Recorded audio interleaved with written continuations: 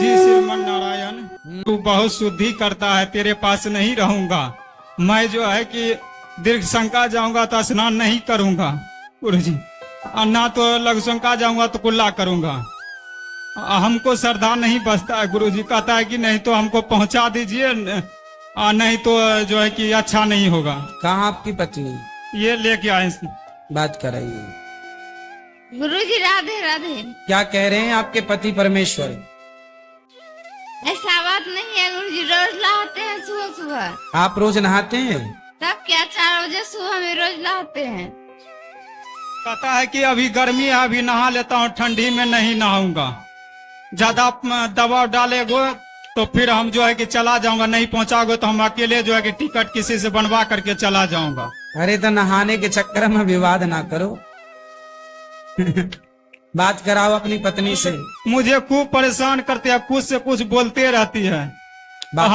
हम कथा सुनता हूँ तो ये सुनती नहीं है कथा। और जो क्या करती हैं उस समय? ये जो है ना कथा हम धराता हूँ ना, तो ये जो है ना इधर से उधर चली जाती है और जो है ना कुछ से कुछ करने लगती है। कहता है कि हमको कथा नहीं चाहिए, और जो है इसको जो है ना ये फिल्मी गाना सुनेंगे और सीरियल देखेंगे, धारावाहिक। अच्छा। कथा कहेंगे सुनने के लिए तो नहीं सुनेंगे। दोस्तों, इस प्रवचन के दौरान इस वीडियो में इस व्यक्ति ने अपनी पत्नी के बारे में गुरुजी को ऐसी ऐसी बातें बताई जिससे सुनकर गुरुजी भी हंस पड़े।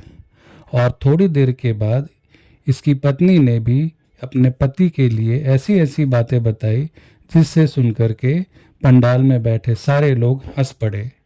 तो आइए जानते हैं कि पति पत्नी ने ऐसी कौन कौन सी बातें गुरुजी को बताई जिससे सारे लोग हंस पड़े। बात कराओ पत्नी से इनकी। बेटा कथा क्यों नहीं सुनते आप? सुनते जी, लेकिन ये फुगलावा दे देता है, बच्चा रोने लगता है, कैसे सुनेंगे। बच्चा देखो उन्हें तो रख रखा है गोद में बेचारे ने। पिता भी सिर्फ हम ही रखते थे। अच्छा, तो छोटी छोटी बातों में आप लड़ा ना करो। ये लहसुन प्याज नहीं खाता है, हमको खाने भी नहीं देता है। आपको लहसुन प्याज अच्छा लगता है? हम खाते हैं। और ये नहीं खाते? ये नहीं खाता है, हम खाते हैं। कोई बात नहीं छोड़ देंगे। अच्छा सुनो, पहला तो ये है कि हम सबको नहाना ही चाहिए। लघु शंका जाने के बाद 4 कुल्ला करना चाहिए।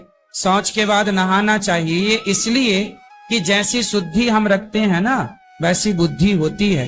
ये तो आपके लिए ही है, आपकी भलाई के लिए ही है। अभी कोरोना काल में सबने कहा ना बार बार हाथ धुलते रहिए, क्योंकि शुद्धि है ये। बार बार हाथ धुलते रहिए, तो शौच करने के बाद नहाते रहिए ताकि शुद्धि बनी रहे। तो ये सब शुद्धि के लिए कहा जाता है, कर लेने में कोई आपत्ति नहीं। और गुरुजी घर के बाद पड़ोसन से कहती है, कोई भी बात हो ये तो मैया पड़ोसन से आगे कहती है। खड़ी हो गई है। मैया से बोलो जरा, मोटी मैया से। बैठे। घर की बात पड़ोसन से जाकर के कहती है सारी बातें। अच्छा, हाँ, बात हमको कराओ। अच्छा नहीं लगता है। सब जो है कि ताना देता है, हमको अच्छा नहीं लगता है। बात कराओ अपनी पत्नी से। क्यों बातें पड़ोसन से क्यों बताते हो बेटा? अपने घर की बात किसी से नहीं कहना चाहिए। लोग हंसते हैं, लोग मजाक बनाते हैं। आपके पति का मजाक बनाएंगे, कल आपका भी मजाक बनाएंगे। इसलिए अपने अपने, बेटा हाथ नीचे रख लो, अपने अपने घर का दुख ना कहियो रोई, सुन ठले हैं लोग सब, बांट न ले हैं कोई। अपने घर का किसी से कुछ भी नहीं कहना चाहिए। लोग रो रो के सुन लेते हैं और हंस हंस के बताते हैं। नहीं कहेंगे अब नहीं कहेंगे। नहीं और अपने पति के साथ प्रेम से रहो। गृहस्थी प्रेम से गुजारनी चाहिए, लड़ाई झगड़ा नहीं करना चाहिए। और गुरुजी बोलता है क्या आदि तुम ज्यादा शुद्धि करते हो तो चले जाओ वृंदावन, गुरुए के पास रहना, हमको छोड़ दो, हम अकेले रह लेंगे। और जो है कहता है क्या, और आप बताते हैं ना कि यदि मायके में रहोगी तो भाई भौजाई तना देगी, तना मार मार के जीने नहीं देगी तुमको। ये कहता है कि मेरा भाई है ही नहीं तो मेरा भौजाई कैसे तना मारेगी। तो हम तो वहाँ अकेले जो है कि पिता के पास रह लेंगे। अच्छा, तो ये एक ही बहन है, कोई भाई भाई नहीं है? नहीं, 2 बहन है, भाई नहीं है। अच्छा। तो ये कहता मेरे को कौन तना मारेगा, हम अकेले रह लेंगे। अच्छा, हाँ, तुम चले जाओ वृंदावन, वहीं रहना गुरुवे जी के पास, ज्यादा कथा सुनते हो। यदि मेरे पास रहोगे तो या तो धर्म को छोड़ना पड़ेगा या कर्म को या गुरु को छोड़ना पड़ेगा? आप बताइए क्या करें गुरुजी? अपनी पत्नी को समझाओ।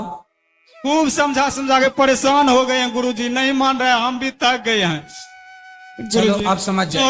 और इस- आपकी पत्नी समझदार है, समझ जाएंगी।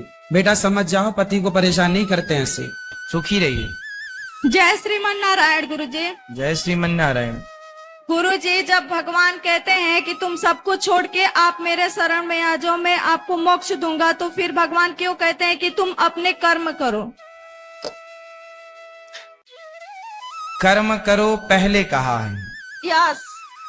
ये कहा है दूसरे अध्याय में, हाँ गुरुजी। और सब छोड़ के मेरी शरण में आओ, ये कहा है 18वें अध्याय में। यस गुरुजी। तो भगवान कहते हैं कि पहले कर्म करो, कर्म करके अपने आप को कामयाब बना लो, खूब पैसा कमा लो, नाम कमा लो, इज्जत कमा लो। जब ये आपके पास आ जाएगा ना, भरपूर नाम, इज्जत, पैसा, तो फिर मेरे में मन ज्यादा लगेगा, क्योंकि आप सब चीजों को देख चुके होंगे कि इनमें क्या है, इसमें क्या है। नहीं, जो आदमी को धन नहीं मिलता ना, तो उसको कथा कितनी भी सुनाओ, उसको तो लगता नहीं जी सारा सुख धन ही में है। इसलिए भगवान कहते हैं पहले धन वन कमा लो। जब धन आप कमा लेंगे तो पता लगेगा कि धन से भी ऊपर कोई है तो केवल भगवान है। सबके धन यहीं रह गए, जब निधन हो गया तो सबके धन यहीं रह गए। इसलिए कर्म पहले करो, अपने सक्सेस कर लो, अपना नाम कमाओ, फिर भगवान की शरण में। और ये कर्म करते हुए यदि ये सोच लो कि हम नहीं कर रहे हैं, ईश्वर कर रहे हैं, तो बंधन ही नहीं।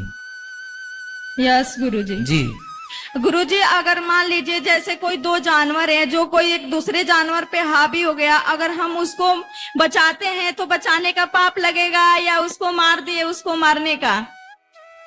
जैसे शेर, यस। शेर हिरन को पकड़ रहा है और पकड़ लिया, हाँ। और आपने, यदि आप चाहें तो बचा सकते हैं, तो आप कह रहे हैं कि यदि हमने बचा दिया तो शेर का शिकार मतलब उसका भोजन चला जाएगा, हाँ गुरुजी। तो पाप लगेगा? नहीं, बताइए, मारने वाले से बचाने वाला बड़ा होता है कि नहीं?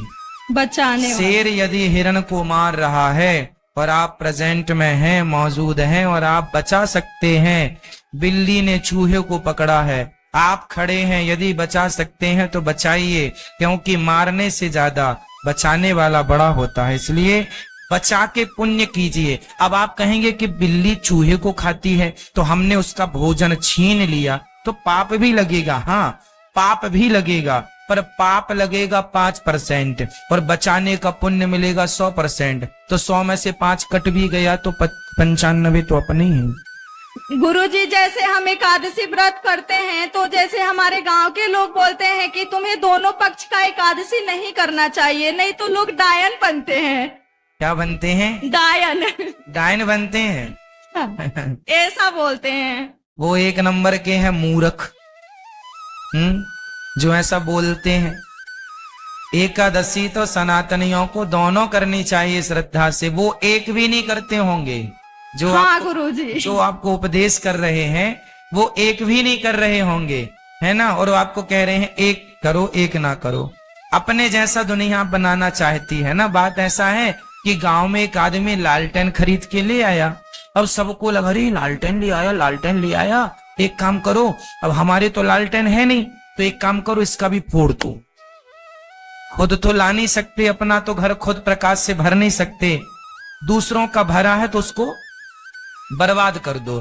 खुद तो एकादशी रहते नहीं, और जो रहते हैं उनको भी ना रहने दो, ये मूर्खता है। इसलिए ऐसे मूर्खों के मुंह ना लगा करो।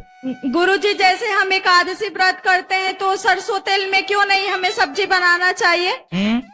एकादशी व्रत करते हैं तो सरसों तेल में सब्जी क्यों नहीं बनाते हैं? भाई इस तेल का तो मैं आपसे सुन रहा हूँ आज पहले। यस गुरुजी, हमारे ऐसे ही बोलते हैं कि सरसों तेल बनाना चाहिए। तो सुनो, कैकई ने भी मंथरा से बहुत सलाह ली थी, तो उसका क्या हुआ? तो आप भी पड़ोसन से बहुत लेती हो सलाह कि कौन सा तेल डालें, कौन सा करें। तो बोलते हैं कि ऐसे नहीं करना चाहिए। उनको बोलो, उनको बोल दिया करो जो हम कर रहे हैं हमें करने दो, तुमसे पूछ कौन रहा है? है ना, इसी पड़ोसन से ज्यादा सलाह ना लिया करो। कैकई माँ ने ले लिया था मंत्रा से। गुरुजी आप मेरे हस्बैंड को थोड़ा समझा दीजिए, वो थोड़े ड्रिंक करके थोड़े प्रॉब्लम करते हैं। कहाँ है? यहीं पर है, कराओ बात। यहीं पर। गुरुजी थोड़े दिन पहले आए थे, आपसे मिले थे, आपको याद है? कराइए बात, कराइए। कहाँ है? ये रहे गुरुजी, आ रहे हैं। जल्दी कराओ, आ जाओ भैया। आ जाइए आप। पति देवता। राधे राधे गुरुजी। राधे राधे। कहाँ से हो आप? यार बक्सर। तो शराब क्यों पीते हैं? नहीं पीते हैं गुरुजी, हैं? अब कर दिया। जोर अब से- नहीं पीते हैं, अब नहीं पियेंगे? नहीं पीते हैं यार, बंद कर दिया। अब नहीं पीते, फिर अच्छा। शराब मांस तो नहीं खाते? कुछ नहीं खाते हैं। अब नहीं खाना पीना। अच्छे, आप समझदार हो, अच्छे से जियो। बच्चे हैं आपके?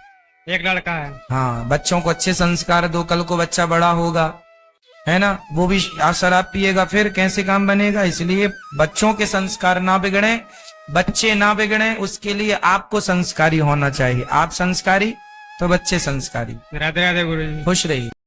दोस्तों, इस वीडियो में अनिरुद्ध आचार्य जी द्वारा बताई गई अनमोल बातें आपको कैसे लगी, इस वीडियो में कमेंट करके ज़रूर बताइएगा। आपको इससे क्या लाभ मिलता है, ये भी हमें ज़रूर शेयर कीजिएगा।